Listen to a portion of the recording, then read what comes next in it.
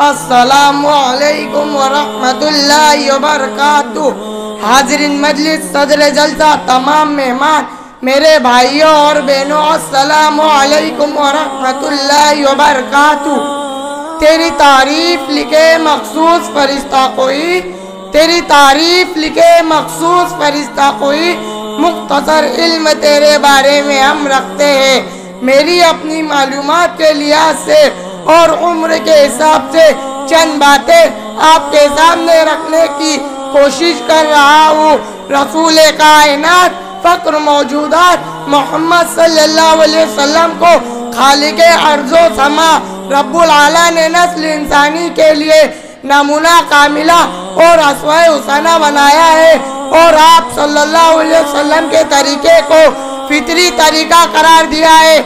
मेरे आका मोहम्मद सल्लल्लाहु अलैहि वसल्लम के मामूलाती ज़िंदगी क़यामत तक शार व मियार है। यही वजह है कि सीरतुन नबी सल्लल्लाहु अलैहि वसल्लम का गोशा ताबनाक और हर पहलू रोशन है।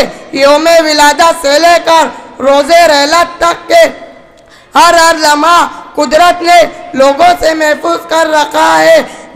मेरे नबी करीम सल्लल्लाहु अलैहि वसल्लम की हर अदा को मोहम्मद के दीवानों ने महफूज कर रखा है और सनद के साथ सीरत व सनद के साथ हम तक पहुँचाया है। लिहाजा सीरतुन नबी सल्लल्लाहु अलैहि वसल्लम की जामियत व अकमिलियत हर किस्म के शक व शबा से महफूज है।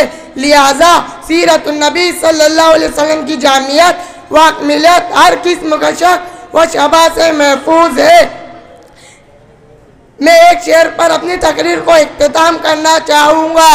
अंधेरे पाँव ना फैला सके ज़माने में, अंधेरे पाँव ना फैला सके ज़माने में, दुरूदे पढ़िए इतनी कसरत से कि हर सिमत रोशनी हो जाए।